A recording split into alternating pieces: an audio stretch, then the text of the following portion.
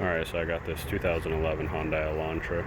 It has a really loud chatter when you start it up. So I think it's the timing chain tensioner. I'll show you what it sounds like right here. Alright, start it up.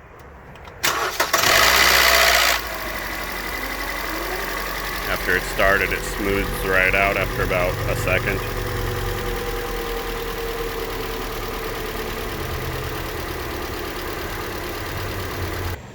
Alright, so I did a bunch of research, and it sounds like most people are saying that they replace the timing chain tensioner and the problem goes away. So,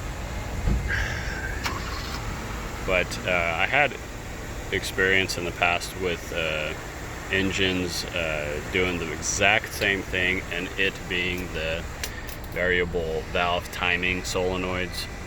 So I'm kind of thinking, since that is easy to replace, and since I have an engine for parts, I'm kind of leaning on just trying that, replacing it, seeing what happens.